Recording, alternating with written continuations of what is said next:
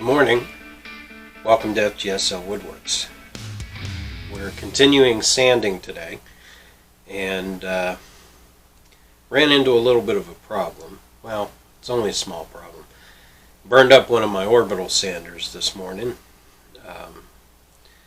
It was running rough to begin with, and it just kind of died on me and started pumping smoke out. So although the room's not very smoky now, it still smells like burnt motor.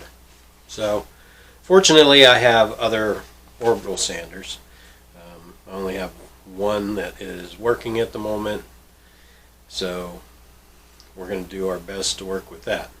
So let's get started.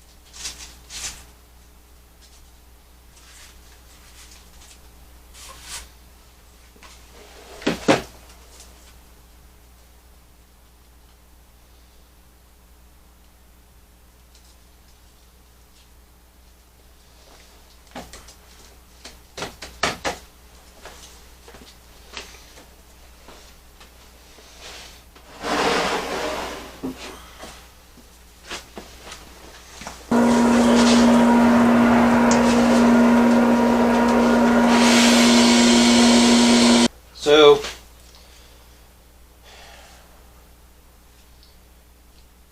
I've used this orbital sander for a while now. I bought it because I happened to need it while I was out visiting relatives, and I went to well, you'll probably figure it out when I tell you what the brand name of this is. This is a Masterforce cordless 20 volt flex power, and I mean it works, but it doesn't have the oomph that I need. I've got 80 grit sandpaper on here right now, and I think in order to get this thing to work I'm going to have to throw 60 grit on it. The earlier, I'll show you here.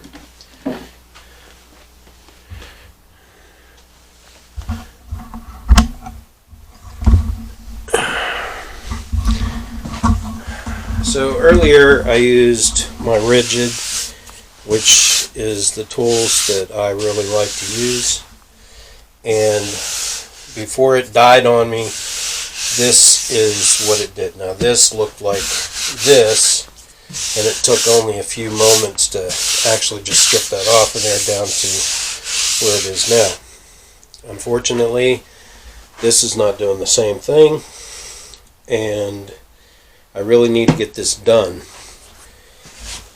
I've given myself a deadline of delivering this on Saturday, and I only have this piece to do yet before I can start staining everything again.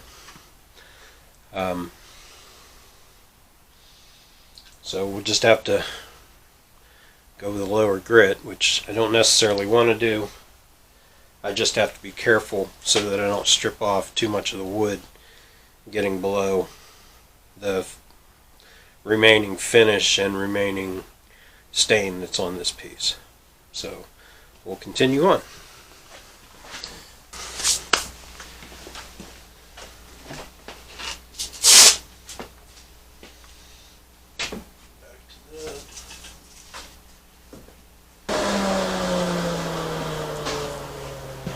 Alright, so it's just taking too much effort.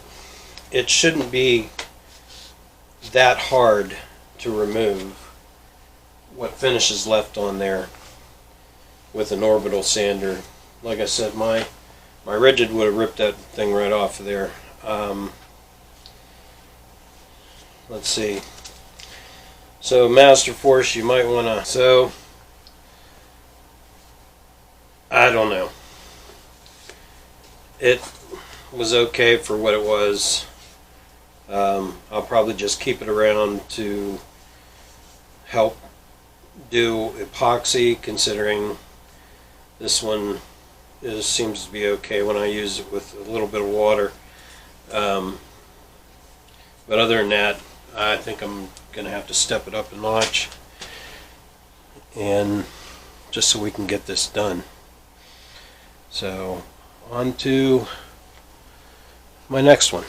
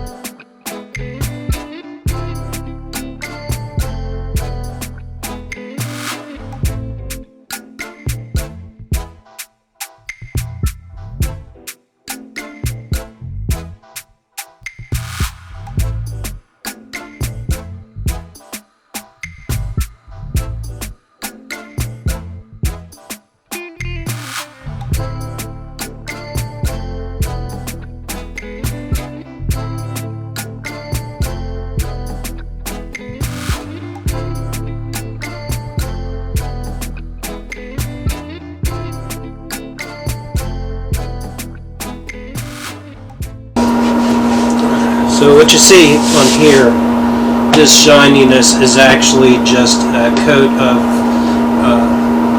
either shellac or lacquer. It's used to just seal it because this is the base. So I'm going to leave it alone because it doesn't need to be dealt with. However, once I sand this down, then I'll put a coat of shellac on this area as well so that it's protected. You can see there are little areas where stuff has gotten underneath it. Some of that's for me when I was using the stripper earlier.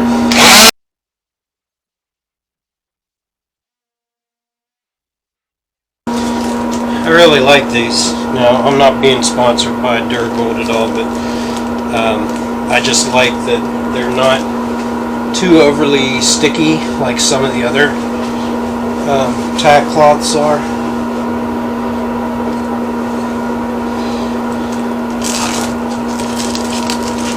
But even at that, I'm going to still end up wearing gloves.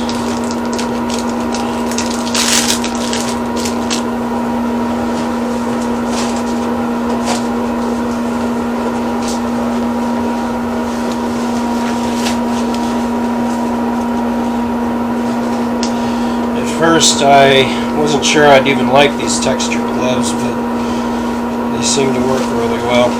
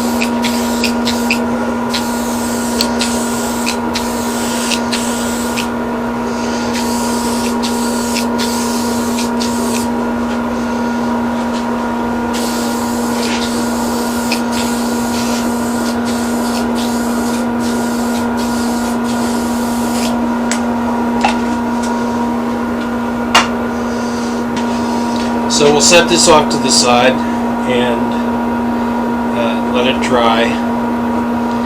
I'm not too worried about dust getting in it because it's just a sealer for this particular part of the wood. So we'll just move it.